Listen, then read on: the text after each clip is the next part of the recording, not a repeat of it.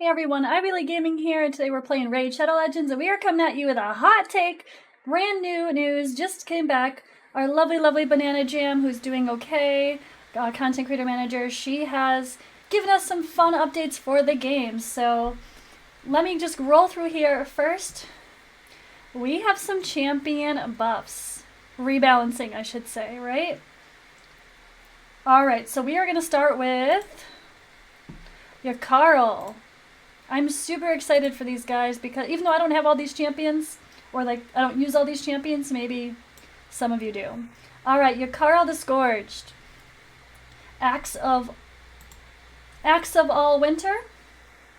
Attacks one enemy 2 times. Each hit has a 40% chance of placing a freeze debuff for 1 turn. 40% instead of 20%. Will ignore 25% of defense against targets under freeze debuffs. So this is going to be changed here. So you can find, alright, make sure you do this right. Changes are written in bold. Okay, that is the change. Instead of all this, it's just gonna, will ignore 25% of defense if the target is under freeze. Blizzard Rider. So this is the same, but then we're gonna have an additional, will ignore 50% of the target's defense against targets under freeze. Noticing a trend here. Alright, Glaciate. This whole skill is being changed. It will be attacks all enemies, has a 75% chance of placing a freeze debuff for 1 turn. This chance increases to 100% against targets with 75% or more turn meter. This debuff cannot be resisted by targets with 75% or more turn meter.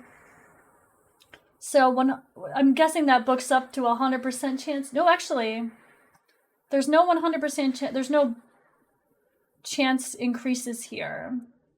So maybe they will add the books for a 100% chance to freeze. Doesn't say. All right, the passive. So it looks like they're changing this passive completely. Increases the damage this champion inflicts by 10% for each enemy under a freeze debuff. Also, it decreases the damage this champion receives by 10% for each enemy under a freeze debuff. He is awesome. He's going to freeze. He's going to pair well with other freezers. Looking forward to that. Alright, and the active effect for this skill places an unkillable buff on this champion for 1 turn whenever they kill an enemy under a freeze debuff. Alright, we'll have to see how his damage is. It looks like we're also changing the aura to be ally attack by 33% in all battles. So instead of 43% in Doom Tower, we're going to be 33% in all battles. Alright, next champion, guys. Next champion, let's get to it. We all got her. Well, most of us have her. Cleoptrix. So, Feather Barrage. Damage increased. So I'm guessing this just means they're changing their multipliers. Sky Punishment, damage increased. So I'm assuming multipliers increasing. We'll have to take a look at that later. I think Hell Hades' website has the multipliers on there, so I'm sure they will update that once we get that set. Samar Gem Cursed, guys. Alrighty. Y'all know him. He can solo Bommel. Weird kit. A weird look, I mean. Crystal Flesh. Damage increased. Emerald Cursed. Damage increased. Boom Subversion.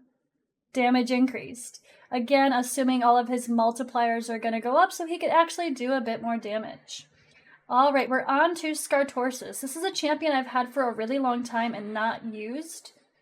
There he is. We have a Rebirth. So cooldown has decreased from 7 turns to 6 turns, 4 when booked.